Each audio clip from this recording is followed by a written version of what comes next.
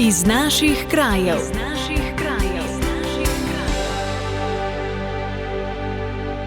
Spoštovane poslušalke, cenjeni poslušalci, lepo pozdravljeni.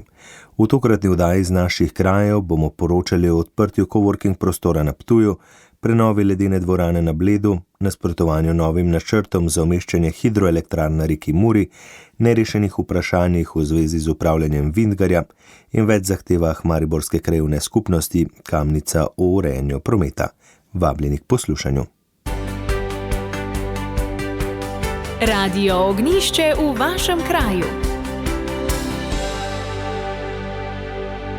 Okoljevarstveniki opozarjajo na nove poskuse umeščanja hidroelektrarn na Muro. Ker želijo ohraniti osrednjo reko v skrajnem severovzhodnem delu Slovenije, jim nasprotujejo. V nacionalnem energetskem in podnebnem načrtu se predvideva izkoriščanje v bistvu skoraj še zadnjih koščkov prostotekočih rek v Sloveniji, med katerimi je tudi reka Mura. Kljub temu, da smo ves čas v postopku zahtevali, da nam predložijo karte, iz katerih bo jasno razvidno, katere reke so predvidene, nam v celotnem postopku tega niso želeli predložiti in na koncu, ko smo oddali pritožbo na nacionalni energetski in podnebni načrt, smo v bistvu potem našli na spletni strani, da dejansko obstajajo karte, na katerih v bistvu je zapisano, koliko gigavatnih ur naj bi pridelali na kateri reki in pa tudi v bistvu je država že ves čas prejemala druge načrte in podlage za umeščanje hidroelektrarn na reki Muri. Je sporočila predsednica Društva za preučevanje rib Slovenije Andreja Slameršek. Še bolj alarmantno pa je, da je vlada dejansko začela z sprejemanjem uredbe za poslabšanje ekološkega stanja površinskih in podzemnih voda. Namreč tudi to potrebujejo potem izpeljati to izjemo za umeščanje hidroelektrarn. Tako da dejansko pripravljajo na vseh frontah teren za umeščanje hidroelektrarn na Muri.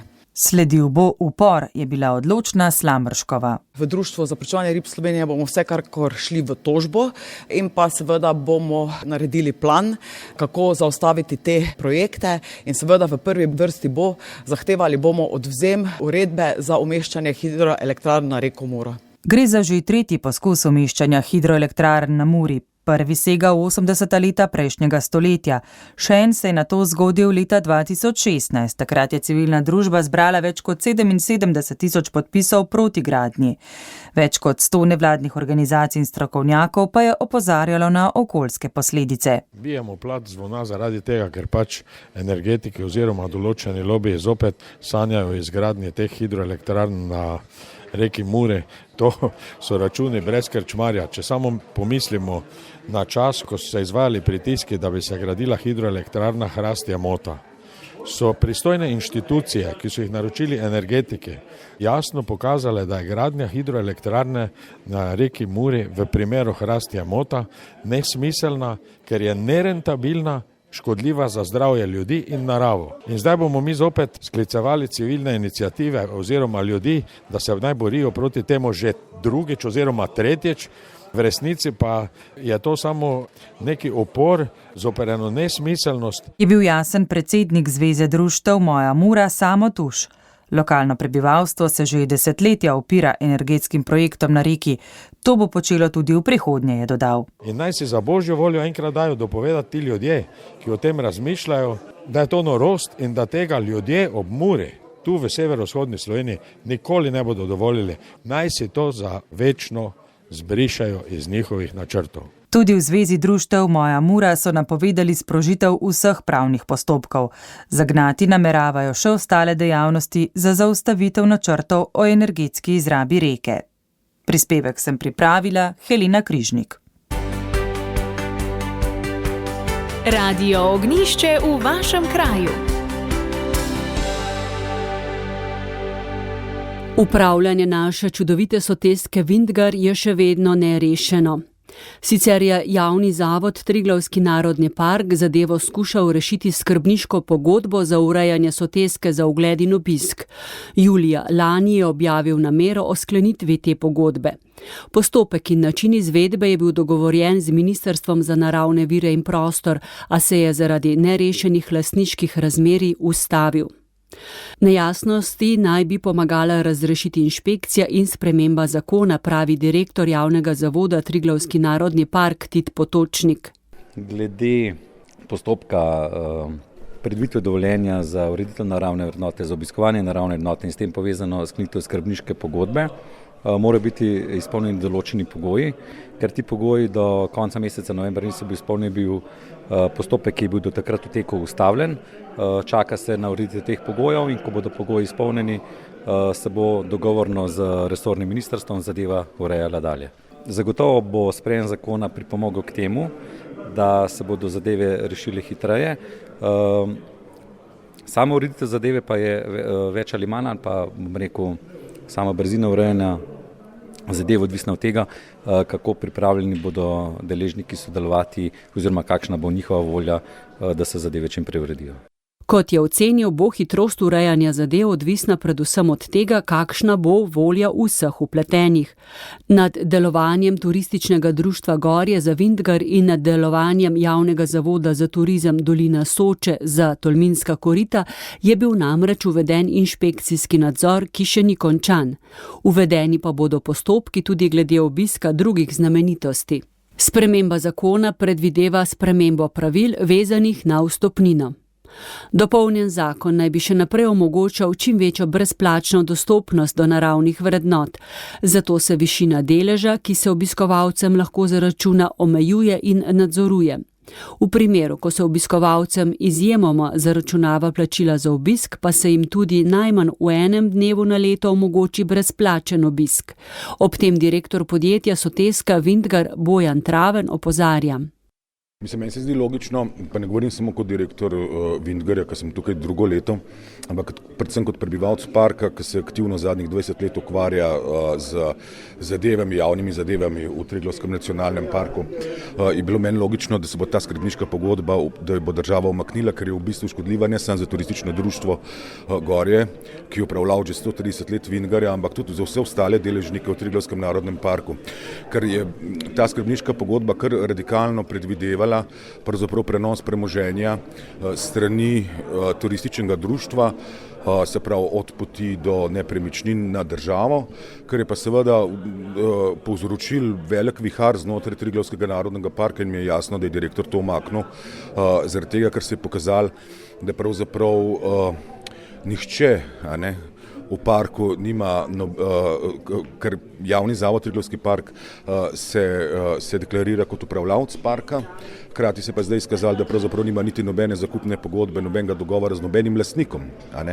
In ta način neke vrste nacionalizacije ni pravi način, ker potem bi morali nacionalizirati premoženje turističnega društva Bohinj, ki upravlja Savico, se pravi vse poti, pa vse premično in nepremično premoženje, recimo potem imamo poti, ki grejo v korita Mosnice, ki so tudi naravna vrednota, to je vse zasebna lastnina in konec koncev 80% Triglavskega narodnega parka leži znotraj, 80% Triglavskega narodnega parka je v zasebni lasti, Meni, da so s tem pristojni odprli Pandorino skrinjico, saj bi temu lahko sledila razlastitev številnih lastnikov poti in objektov v parku, kar pa je protiustavno.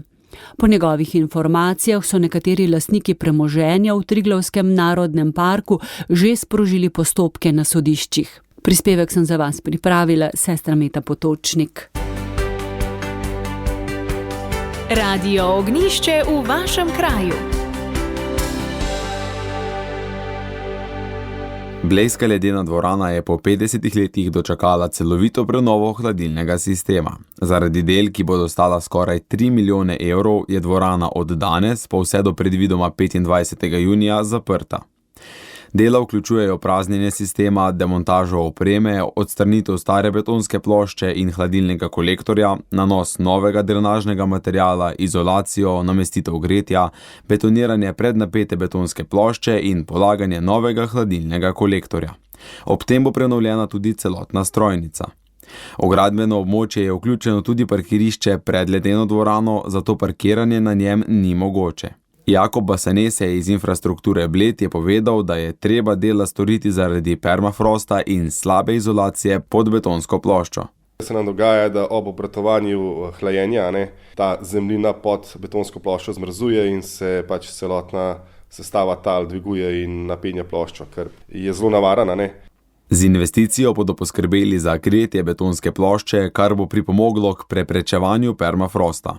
Tak sistem že imajo vse nove sodobne dvorane, pojasnjuje Basanese. Primernega časa za obnovo dvorane in zaprtje ni. Sploh na Bledu ne, ker smo bili v zadnjih letih navajeni, da cel let delamo. Dvorana bo zaprta v februarju in marcu, ko druge dvorane v Sloveniji in okolici delujejo. Tako bodo lahko lokalni klubi trenirali v teh dvoranah. Basanese ve, da bo za klube mesec in pol vseeno težko, ampak enkrat je to treba narediti. Aprila in maja na to hokejisti načeloma na ledu ne trenirajo, konec junija pa se bo dvorana znova odprla. Pomembno je namreč, da je dvorana odprta čez poletje, ko so ostale dvorane zaprte in blejska dvorana zagotavlja vadbo na ledu praktično celotni Sloveniji in tudi klubom iz okoliških držav. Za 2,9 milijona evrov vredno investicijo je občina pridobila 1 milijon evrov nepovratnih sredstev, približno 2 milijona evrov pa bo zagotovila sama. Župan Anton Mežan pojasnjuje nujnost investicije. Enostavno brez investicije v ledeno dvorano bi lahko ledeno dvorano samo zaprli in tega si zaradi več 100 otrok, ki tam trenira v več klubih hokej in pa tudi umetnostno drsanje, zaradi vse rekreacije in pa tudi drugih ekip, ki prihajajo sem na priprave, si tega seveda ne moremo privoščiti. Blejska dvorana pa ni edina v Sloveniji, ki je potrebna obnove. Kar 3 od 6 ledenih dvoran v državi po Basanesejevih besedah nujno potrebujejo prenovo lednega sistema, vendar je bila blejska ledena dvorana edina, ki je na lanskem razpisu prejela sredstva za prenovo. Na Bledu so namreč že predhodno imeli pripravljeno potrebno dokumentacijo, saj so prenovo načrtovali že nekaj časa. To je imela pripravljeno tudi jeseniška občina, vendar jeseniški občinski svet ni odobril prijave projekta na razpis, saj bi bil tudi v primeru pridobitve nepovratnih sredstev za občino to drag projekt. Prispevek sem pripravil Jon Kanjer. Radio Ognjišče v vašem kraju. Prebivalci mariborske krajevne skupnosti Kamnica od župana Saše Arsenoviča zahtevajo, da odpravi sporno omejitev hitrosti vožnje na 30 km/h v njihovem kraju. Nasprotujejo tudi izgradnje daljnovoda za črpalno hidroelektrarno Kozjak in omejenemu parkiranju na javnih parkirnih mestih. Z mariborskim županom so se srečali na zboru občanov. Mestni občini Maribor očitajo samovoljo in neupoštevanje pripomb in predlogov občank in občanov. V polni dvorani kulturnega doma v Kamnici se je zbralo več kot 320 od skupno 2419 volilnih upravičencev, kar je dovolj, da so lahko veljavno odločali.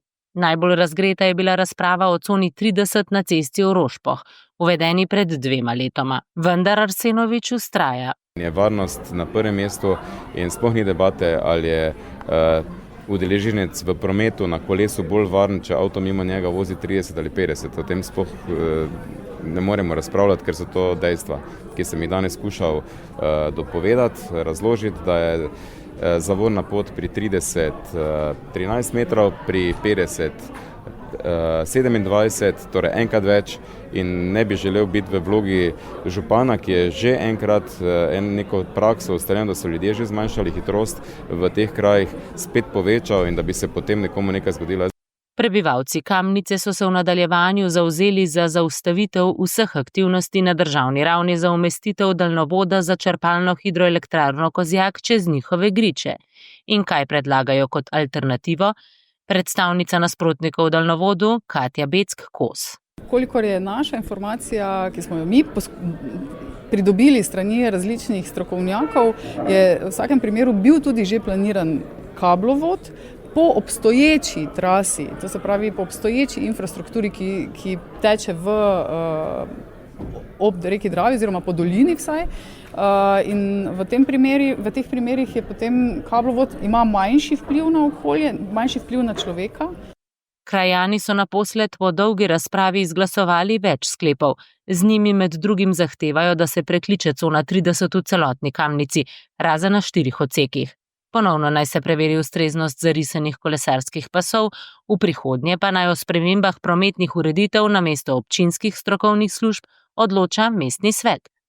Zavzeli so se tudi za ustavitev vseh aktivnosti na državni ravni za umestitev daljnovoda za črpalno hidroelektrarno Kozjak čez njihove griče. Mariborski župan je povedal, da bodo voljo občanov tehtno preučili. In najverjetneje na nekaterih delih ne bomo spremenjali politiki, ki sledimo, to je zdravo življenjsko okolje, povečevanje varnosti v prometu, zagotavljanje frekvence na upravljanju z umirajočim prometom. Ob tem je Arsenovič dodal, da podpira razmislek o umestitvi daljnovoda in se zaveda vplivov, ki jih ima ta na okolje.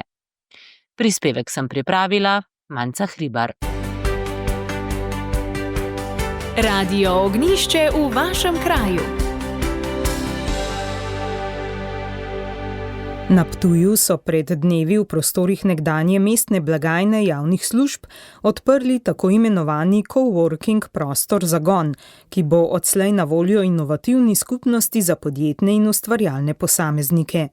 V njih bodo ponudili dostop do opremljenega delovnega okolja, možnost izmenjave znanj ter povezovanja za lažji začetek poslovne poti, govori direktor javnih služb Alen Hodnik. Želimo si, da bi v čim večji meri uporabljali ta prostor na eni strani kot prihranek nekih začetnih fiksnih stroškov, pa mogoče tudi kot prostor druženja, da lahko predebatirajo neke ideje z drugimi sotrpini, mogoče tudi z nami, in če bo takšna želja, potreba, bomo seveda mi pri tem pomagali. Ker je to na nek način projekt, ki ga mi smatramo kot neko družbeno odgovoren, tudi ne bomo zaračunavali najemnine v prvih pol leta, tako da res vabimo pač vse tiste, ki imajo dobre ideje, si želijo poskusiti nečemu, da naj poskusijo, pa potem mogoče, če že tudi ne bi uspelo, ne bojo pretirano pri tem oškodovani. Pri organizaciji prostora je ob javnih službah in mestni občini Ptuj sodelovalo tudi znanstveno-raziskovalno središče Ptuj, njegov direktor Danilo Čeh. Zanimanje za coworking prostore vidimo že skozi naše večletno delovanje. Že prej so bile iniciative, da bi se vzpostavil prostor, vendar nam ni uspelo realizacija oziroma mogoče nismo našli pravih projektov, sedaj pa se je v bistvu skozi 3 evropske projekte poklopilo, da smo opremili in tudi sedaj izvajamo sam program, pa našli dobrega partnerja v javnih službah Ptuj ter mestni občini Ptuj. Tako da verjamem, da bomo v roki pol leta vsaj začeli, bodo se pojavili prvi interesenti, so že tu, se že zanimajo in jaz se ne bojim, da ne bi ta prostor zaživel. Sredstva za uresničitev načrta so pridobili skozi serijo različnih evropskih projektov, pri čemer so najprej poskrbeli za opremo, zdaj pa razvijajo programe, s katerimi bodo privabili mlade podjetnike. Čehu se še posebej pomembno zdi, da so prostor odprli v mestnem središču, kar sledi usmeritvi občine po oživitvi starega mestnega jedra. Ptujska županja Nuška Gajšek je povedala, da se na mestni občini na vseh področjih zelo trudijo podpirati podjetništvo, še posebej, ko gre za spodbudo in motivacijo mladim, ki se odločajo za to pot. Prispevek sem pripravila Marta Jerebič. To je bilo v današnji oddaji, ki sem jo uredil Andrej Šinko vse. Če ste del zamudili ali bi prisluhnili še enkrat, vabljeni v audio arhiv Radio Ognjišče, sicer pa hvala za pozornost in lep pozdrav do prihodnjega tedna. Poslušali ste oddajo Iz naših krajev.